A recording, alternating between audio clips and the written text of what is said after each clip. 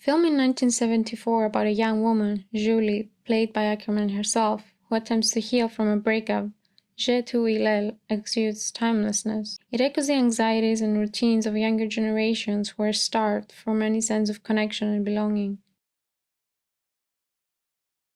Julie seeks connection through the company of a male stranger and a female ex-lover.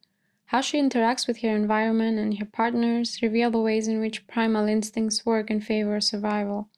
They trigger the need for physicality, bonding, and social interactions which are necessary for self-preservation. This is especially relevant with generations who grew up experiencing physicality and authenticity even less than the previous ones. It's a self-imposed isolation. She sits on the floor or in the corner and stares at the wall. Sometimes the tables hold nothing, sometimes the mattress is without covers, and sometimes the walls are bare.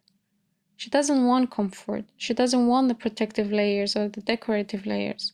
She wants to experience an unfiltered, unbothered world. Everything is stripped down to their most basic function. Yet she has fun with it, moving furniture around and even upside down.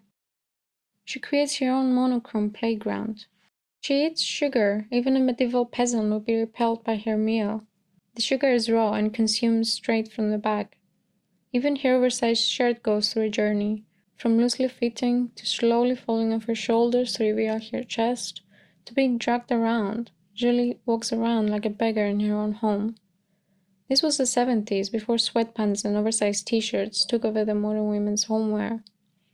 Is Julie holding on to something, or rebelling against it?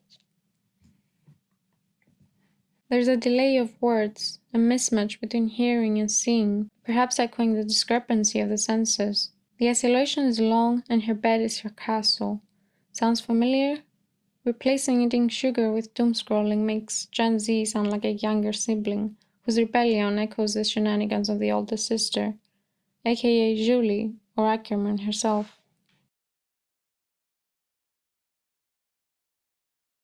Julie projects admiration for a traditionally masculine routine, beers, cigarettes, grooming, even an off-screen handjob, distant yet consensual.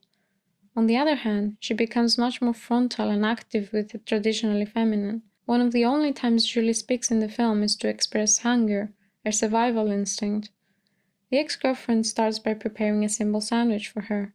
Slices are methodically cut, folded, and pressed to perfection. Julie devours it shortly after. A few moments later, the long and explicit scene mimics the almost ritualistic choreography of the bread assembly. The intimacy with a female lover satisfies a different side of Akerman's primal instincts. Still sexual, with a nurturing and affectionate side, there's familiarity and fulfillment. Her desire for the raw, the physical, the intimate resonates with a lot of us, especially those who are trying to distance themselves from the digital world. Whether silent observers of overconsumption or falling deep into brain rot, it's clear. More and more people are trying to slow things down. Whether by picking up an old iPod or a DVD or deleting socials, there's a collective effort to escape technology and spare our chuffed brains.